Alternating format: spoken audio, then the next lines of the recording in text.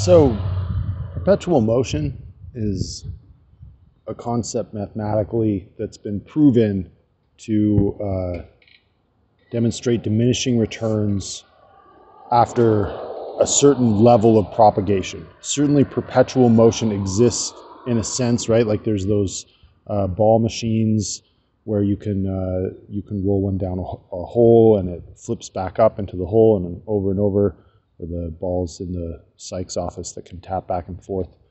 But as you propagate the size and the energy of the interaction, mathematically other factors come into play, levels of like friction and etc. So perpetual motion as a concept of energy production for consumption isn't necessarily viable for industrial outputs or inputs. But perpetual motions as a singular operating principle of industrial energy is very real, and the more efficient we become in utilizing perpetual motions, the more energy we have for less, with less requirement. In that we can use nuclear energy in a submarine as an example, where this is a perpetual motions, in that the actions of the nuclear submarine, when powered by an energy source that has a fuel that diminishes in use but can be replenished by the operations or motions which the submarine is party unto, is a operating principle of perpetual motions that we use to produce energy.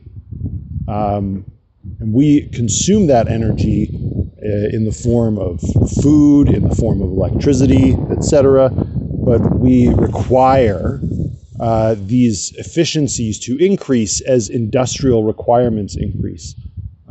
We have to learn more in high school than we used to, right? We're utilizing technologies that are dangerous in their application if misused, like nuclear fission. So perpetual motions is becoming even more developed as laser fission basically becomes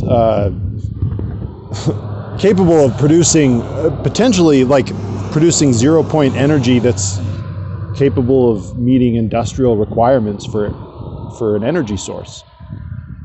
So keeping in mind that perpetual motions can be made more efficient and are required to be as technology advances because of industrial practices, we have the responsibility to actively employ ourselves in applying those more efficient perpetual motions that make sure that we actually desire the production of ourselves, right? When we hear that we're putting microplastics into all the whales' food, or that veterans are killing themselves, something's not right. And we can't just keep going with the same system that lets our veterans keep killing themselves.